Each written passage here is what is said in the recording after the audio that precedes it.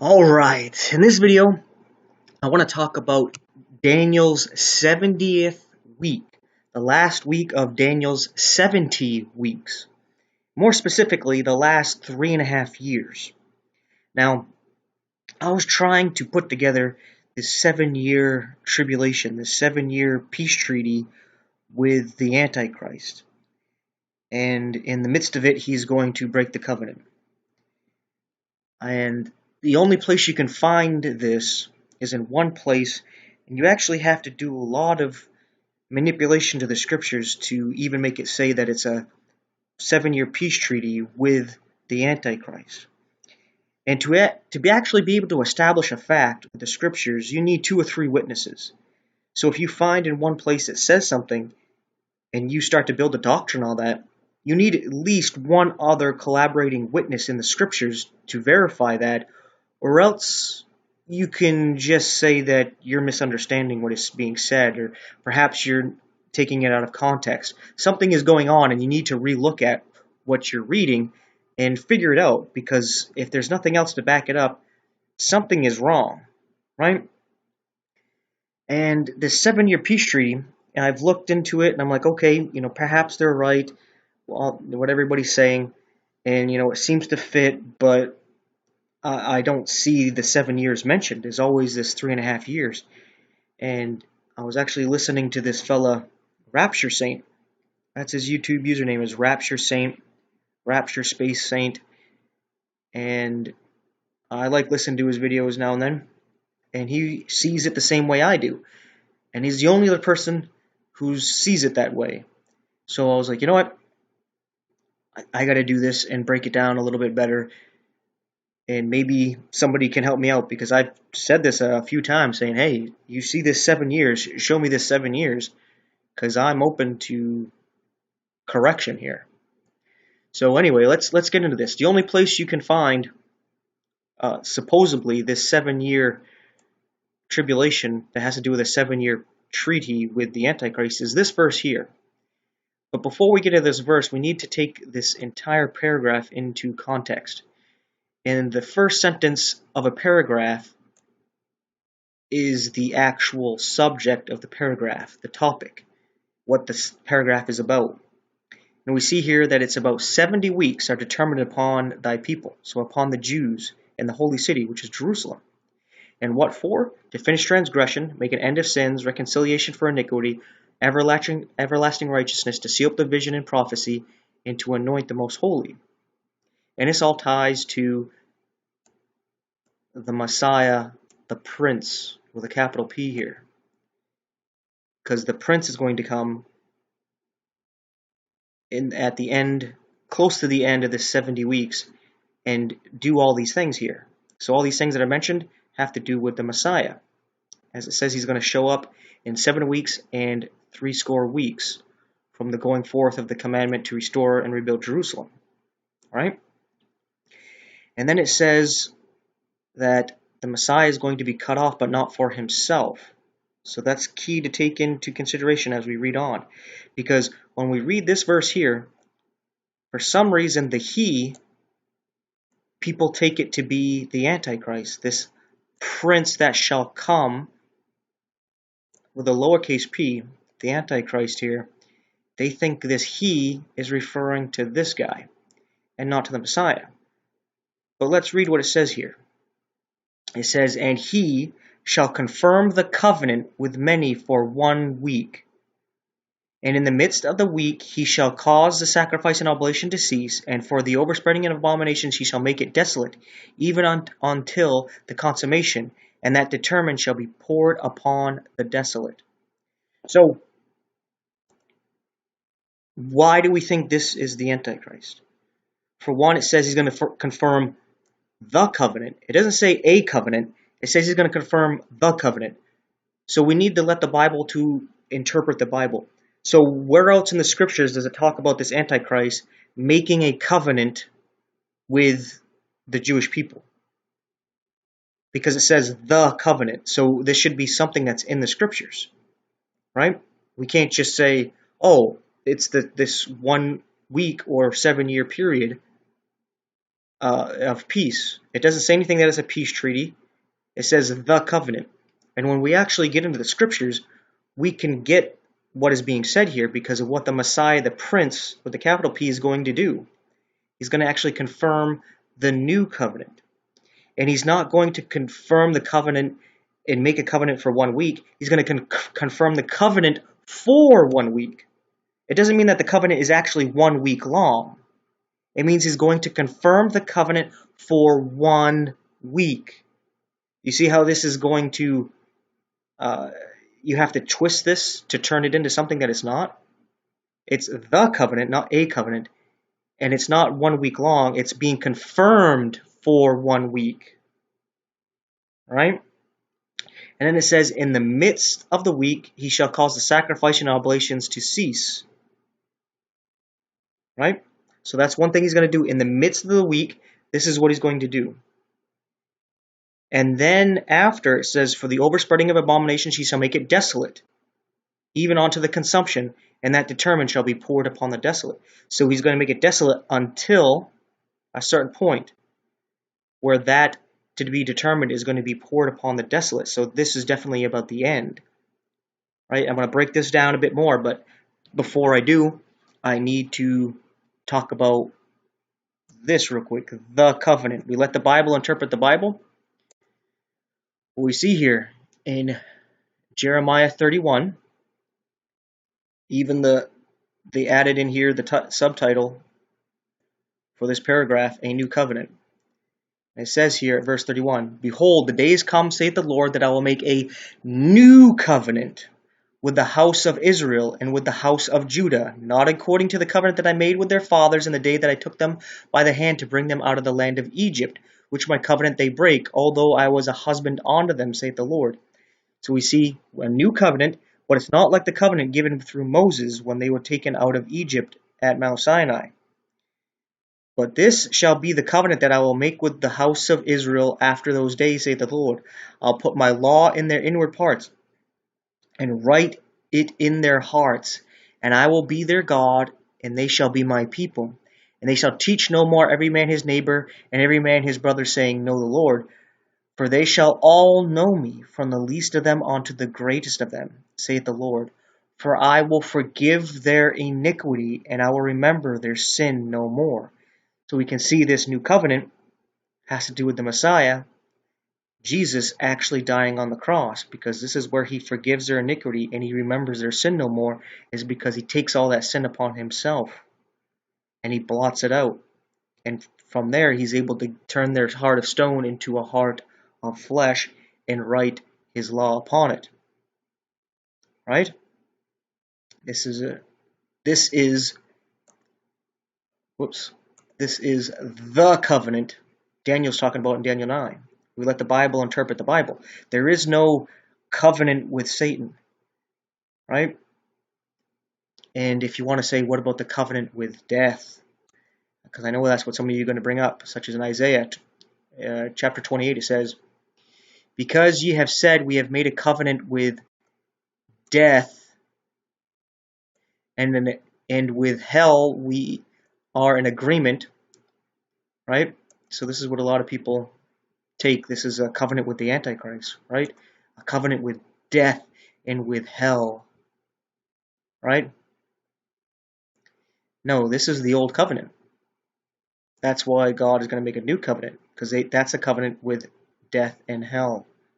I'm gonna show that to you, but before I do, read a bit more of this. It says, therefore thus saith the Lord God, behold, I lay in Zion for a foundation stone, a tried stone, a precious cornerstone, a sure foundation, that he that believeth shall not make haste. Judgment also will I lay to the line, and righteousness to the plummet. He shall sweep away the refuge of lies, and the water shall overflow the hiding place. And your covenant with death shall be disannulled, and your agreement with hell shall not stand. When the overflowing scourge shall pass through, then ye shall be trodden down by it. So we see right here, they've made a covenant with death. Where's the covenant Israel made with Satan or anybody else that's talked about in the scriptures, that they made a covenant with death and with hell. This is the covenant with Moses. And you may be saying, what? That is blasphemy. No, I'm going to share a couple things with you.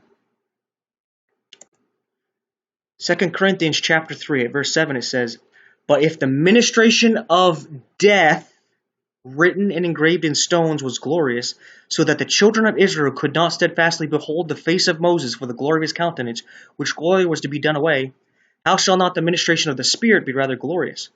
For if the ministration of condemnation be glory, much more doth the ministration of righteousness exceed in glory. For even that which was made glorious had no glory in this respect, by reason of the glory that excelleth. For if that which is done away was glorious, much more that which remaineth is glorious." So we can see here the Ten Commandments written and engraved in stones are the ministration of death. In Moses, when he came down from the mount with those tablets of stone with the law written on it, his face was glowing bright so that the children of Israel could not look upon him because of how bright he was, showing how glorious the covenant was, except it was a ministration of death, a ministration of condemnation. But there's a new ministration, it's of righteousness, of the Spirit. This old one of the letter is passed away, and the new covenant is what stands.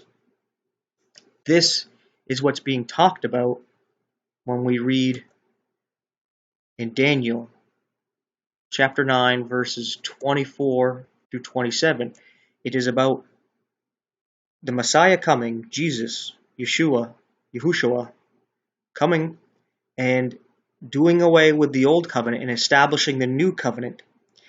Because when Jesus was 30 years old, he's baptized and he starts his ministry. 3.5 years later, he is cut off, but not for himself. He's crucified. So he's confirming the new covenant with many for 7 years. But in the midst of the 7 years, he's cut off and not for himself. And when he's cut off, he caused the sacrifice and oblation to cease. And that's when the veil in the temple was ripped in half. And they could see what was going on in the most holy place of the temple, where anybody could walk in there and not die now, because Jesus died for everybody's sins, right? The sacrifices of animals are no longer accepted. And that's what Paul gets into in Hebrews, where he's talking to the Jews, that such as in Hebrews chapter 10, he's telling them about Jesus is your sacrifice and your one and only sacrifice, and where he did away with sins, they're done away. They're in remission. There's no more sacrifice for sins. He paid for your sins. So now if you go willfully sin, you cannot go sacrifice an animal, right? You come to Jesus, like we're told in 1 John, that if you sin, you have an advocate with the Father, Jesus Christ the righteous. You go to him because you can no longer offer up sacrifices. So if you deny Jesus as your sacrifice, you are doomed, because you cannot sacrifice animals now. He's your one and only sacrifice. So if you deny him, you're done. You can't go sacrifice a goat or lamb or anything for your sins, right? And as we see here, what goes on in this verse here, and it goes, "And for the overspreading of abomination, she shall make it desolate." And that's where Jerusalem is destroyed by the Romans in 70 AD because of the abominations, right? And it says it's going to be that way, Jerusalem, until the consummation, and that determined shall be poured out. So we see here that things are changing in Israel and Jerusalem. So we know that God's getting ready to pour out what he's going to pour out, right? And all this is about breaking free from this covenant with death and with hell, because that's what that covenant is, the old covenant, right? That's where Paul says, I think it's in Romans, can't remember off the top of my head, husband die She's released from the law. Yep, Romans 7:3. Let's go to that real quick so we can grasp, because the covenant that God made with Israel at Mount Sinai is a marriage covenant, right? But if the husband dies, which is Jesus, then Israel's free from the law, right? So it says here in Romans 7 verse 1, it says, Know ye not, brethren, for I speak to them that know the law, how that the law hath dominion over a man as long as he liveth. For the woman which hath an husband is bound by the law to her husband so long as he liveth. But if the husband is dead, she is loosed from the law of her husband. So the woman in covenant with the husband, so Israel in covenant with Yahweh.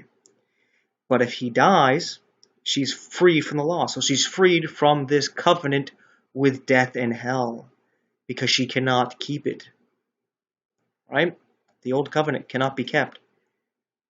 So then if while her husband liveth she be married to another man, she shall be called an adulteress. But if her husband be dead, she is free from the law, so that she is no adulteress, though she be married to another man. Right? And as he goes on to say at verse 4, Wherefore, my brethren, ye also are become dead to the law by the body of Christ. So see, we're dead to the old covenant because Jesus, God, died in the flesh to set us free from it. That ye should be married to another, even to him who is raised from the dead, that we should bring forth fruit unto God. Right? That's where he goes on. He talks about how he still struggles with sin. Like he says here, For the good that I would do, I do not, but the evil which I would not, that I do. Right? That's what we have struggled with. Sometimes the good, we don't do it, even though we ought to. And sometimes the evil, which we shouldn't do, we do it. And if we're being honest, we're sinners, right? But we are not part of that old covenant to the letter, right? To the flesh. As he says here in Romans chapter 8, There is therefore now no condemnation to them which are in Christ Jesus, who walk not after the flesh, but after the Spirit. See, not after the flesh, after the Spirit. Walking after the flesh is walking after the letter of the law. You have something physical and tangible. That's walking after the flesh. To walk after the Spirit is to walk by faith, not by sight. And if you're walking by the law, your obedience to it, your good works, and such things, then you're not walking by the Spirit. And if you're going to walk by the law, you need to walk by all of it. You need to walk perfectly. Because if you live by your works, you die by your works. You live by the law, you die by the law. Right? If you walk by the Spirit, you live by the Spirit. For the law of the Spirit of life in Christ Jesus had made us free from the law of sin and death. What is this law of sin and death? It's the old covenant. As I would go back to, but I'd have to leave this page because I use this tab to do it. It's in 2 Corinthians chapter 3, the ministration of death written engraved in stones that Moses gave us, or gave Israel. As it says here, for what the law could not do in that it was weak through the flesh, God sending his own Son in the likeness of sinful flesh, and for sin, condemned sin in the flesh, that the righteousness of the law might be fulfilled in us who walk not after the flesh, but after the Spirit. You see, we're not walking by sight. So this righteousness of the law is fulfilled in us because we have faith in Jesus. See, we're married to him, so we're one flesh with Jesus. And since he died for us, our life is his. So as far as God's concerned, our past, present, and future sins have been put to the cross, and Jesus paid for them. And now we walk by the Spirit. We walk by faith, not by sight, in that the righteousness of the law is fulfilled through us because now we have Jesus' life, and his life is perfect. Right? So I'm pretty sure I made that point clear. Just trying to establish the whole covenant and everything that's going on. And so we can see here that this is not talking about a 7-year peace treaty with the Antichrist. You have to do some mental gymnastics in order to do that. There's nothing else in the scriptures that back this up. Especially you go to like Daniel, the rest of Daniel and Revelation, you don't see any kind of covenant with the devil, with Satan, with the Antichrist. You don't see that at all. So we're looking at things wrong. And we need to take a step back and think about this, because when we go to Revelation, which I'll go to at the end of this video, we don't see a 7-year covenant. We don't see a 7-year period. We see a bunch of mentions of 3.5 years, which is interesting because Revelation is basically a continuation in a showing a bit more of what was going on in the book of Daniel. They use the same symbolism and whatnot, right? And when we come to the end of Daniel, Daniel asks the angel that's talking to him, I think it's Gabriel, that he wants to know, when are these things going to be? You know, how long is it going to take? And he says, it shall be for a time, times, and a half. So how to understand that is that a time is a year. And if somebody says times, if they don't say what number it is, it's always 2. It's a multiple of time, so it would be 2. And a half is obviously a half a time. So we got 1 year, 2 years, and a half. So 3.5 years. All right. So if you ever see something like times or days, weeks, months, years, but it doesn't say 3, 4, 5, 6, 7, 8, 9, 10. It doesn't give a number. It just says in years, in days, in so and so. It's always 2. It's just doubling a single, right? So if this was a day, days, well, this would be 2. I think you get it. I don't need to keep explaining it, but just in case you read it somewhere else. So like here, it actually tells you, it doesn't just say days, right? It says 1,305 and 30 days. It gives you the exact number. But if it just says days, like it says here, the end of days, you can think it's the last 2 days. And that's something I might get into. It's a little bit off subject from what I'm going to get into here, but when we look at Daniel, we see that this period is not for 7 years, it's for 3.5 years. There's no mention of this taking place over a 7-year period. It's a 3.5-year period, which makes sense because the Messiah, he confirms the new covenant with many for 1 week. He's not making a covenant for a week. He's confirming a covenant for a week. And in the midst of the week, he causes sacrifice and oblation to cease because the Messiah is cut off, but not for himself. Right? So there's 3.5 years left. And it's to get the Jews, because it's the time of Jacob's trouble, to accept the Messiah. Because if they don't accept the Messiah, they are lost. Right? So, let's go over to Revelation. We never read anything about a 7-year period. We read about, 7 seals, 7 trumpets, 7 vials, but no 7 years or 7 times. The first mention of the time is in Revelation 11, and it says here that the 2 witnesses are going to prophesy for 1,260 days.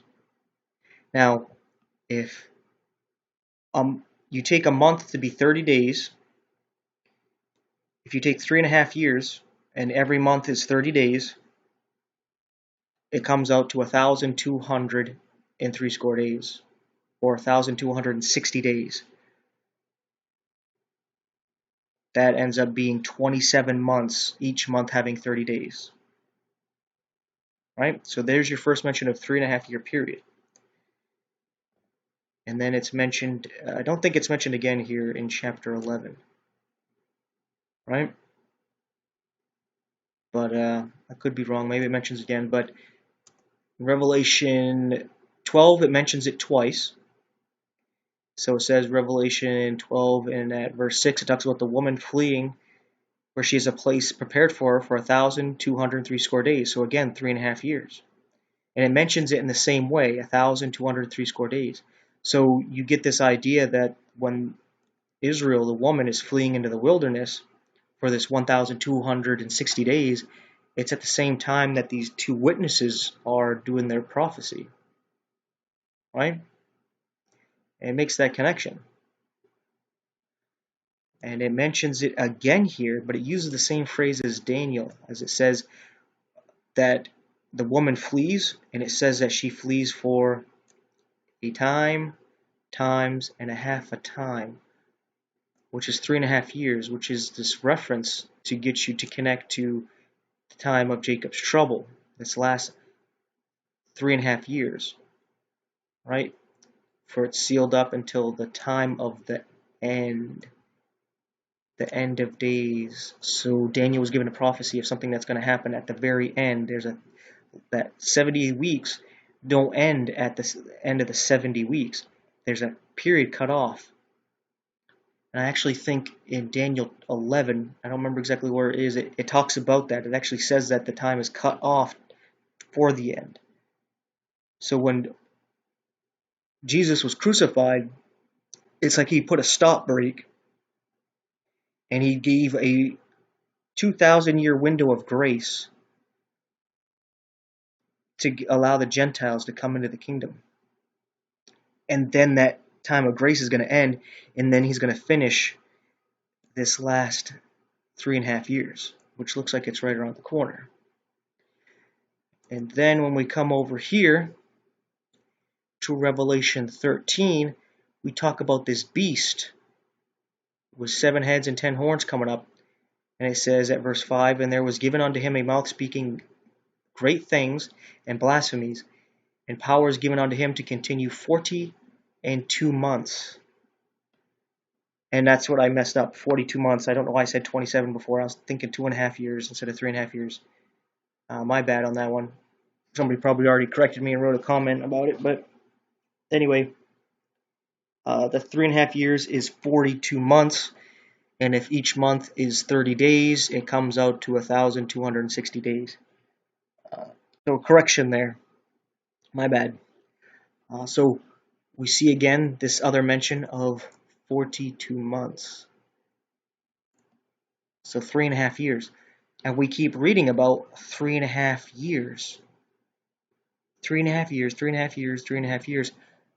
But there's no mention of 2 separate 3.5 year periods.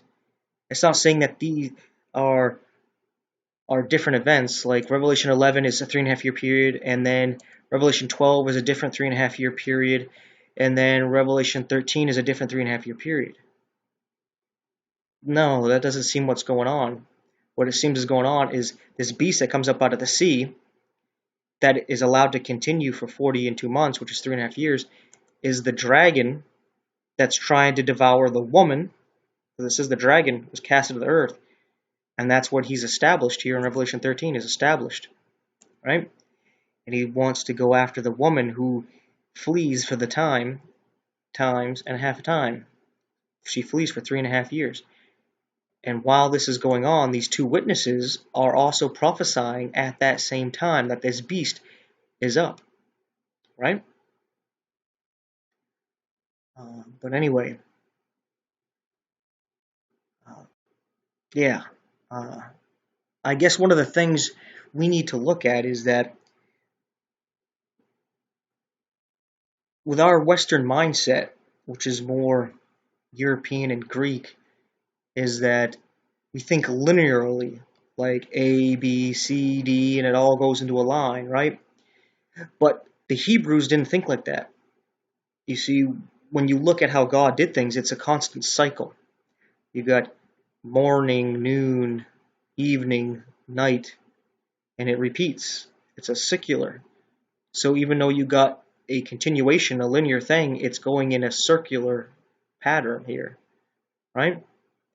And the same thing with the seasons. You got your spring and fall and your summer, and then your fall and winter.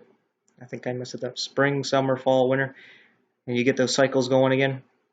And you got all these cycles, like baby, young adult, adult, old, death, and they have a child, and it's just a constant cycle. right? It's a constant repeating. So when you read what these Jewish people wrote, yeah, there's a lot of times where you're reading things literally, but a lot of times when we're getting into this, we need to think how they would think, and it's just a complete repeat all the time. It's circular, and it's hard for us to think that way because we're not quite sure when, uh, like when we read Revelation, when does the day start and the night, and then when does the day end and the night start, and when does the night start and when does it end, and where are we repeating, right?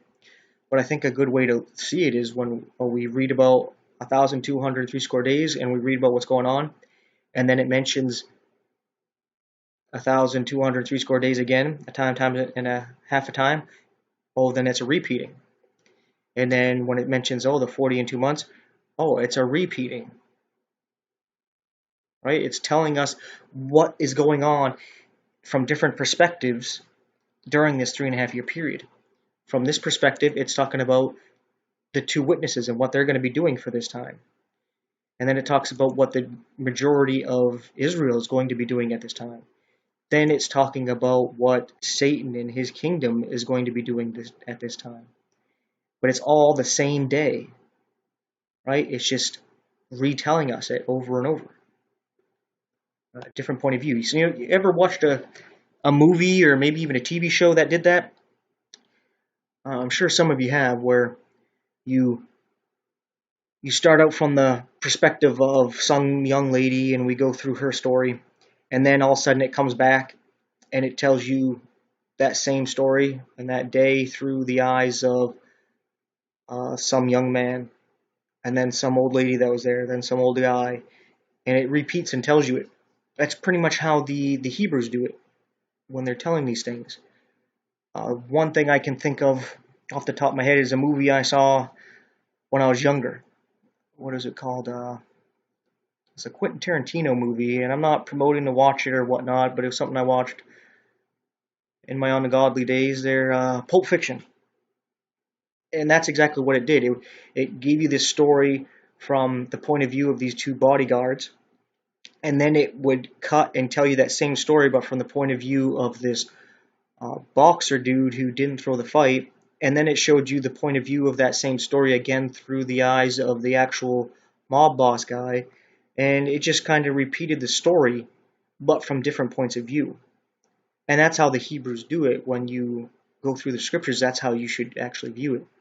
So when we're going through the seals being opened, we can see this first rider on the horse as the Antichrist, and he's setting up his kingdom. And it's established, and Israel flees into the wilderness, and the two witnesses also start. And then we see the story being told through the seals, and then the story again told through by the trumpets and the vials. I think these things are going to happen in pretty quick succession. But yeah, maybe I got it wrong, maybe I'm seeing things wrong, but this is how I'm seeing it, and if I'm seeing this wrong, feel free to correct me. I'm open to correction. I'm just not seeing the 7 years. I do take it into consideration and use it a lot when I'm doing videos, because this point of view isn't mainstream. It's not, if I talk about this, people grasp it. I have to break it down and explain things to people in detail for them to know what I'm talking about and where I'm coming from, because this seems like it's coming out of left field to other people. So I use a lot of the 7-year tribulation and the peace treaty, and then in the midst of the 7 years, this and that's going to happen. But yeah, so with that being said, we don't really need a new temple built. We don't need sacrifices to be started again. We don't need any of that. Not saying that that's not going to happen, and it's, what have you, and it very well could, but it doesn't need to, is all I'm saying. But at the same time, it's something that I'm actually looking at, because I think the Dome of the Rock being destroyed would be a good signal for the time of the Gentiles coming to an end, whether it's destroyed by a natural disaster, something that made it look like a natural disaster, an actual terrorist attack, or they willingly tear it down, I think that would be a good sign that the grace is over. And especially if the Jewish temple is going to be built in its place, I would definitely think that there's something going on there, that things have shifted, and either the rapture has happened or is about to happen. But again, that doesn't necessarily have to happen at all. It can just be a side piece distraction there. But yeah, I guess the last thing I'll say just real quick is about, like, when it talks about the end of days, the last days. It was like I was telling you here, if they don't give you a number, it's always 2. So when they're talking about these last days, the end of days, end of the days, is that it's the last 2 days. And you may be thinking, what the heck am I talking about? Well, it's like Peter said, that a day with the Lord is 1,000 years. So when they say the last days, it's actually the last 2,000 years, because each 1,000 years is a day. It's the last 2 days, because it's the creation week. 4,000 years after Adam and Eve fell, Jesus comes to the world and he's crucified after 4 days with the Lord. That's 4,000 years. Then the last days, 2,000 years later, he's going to come back and establish the Sabbath day, the millennial reign, which we read about in Revelation. We read about the 1,000 years of peace, which a lot of these people like Hitler and whatnot try to establish themselves. But it's just not going to happen. And so yeah, just a little something to add in there. But anyway, thanks for watching and take care.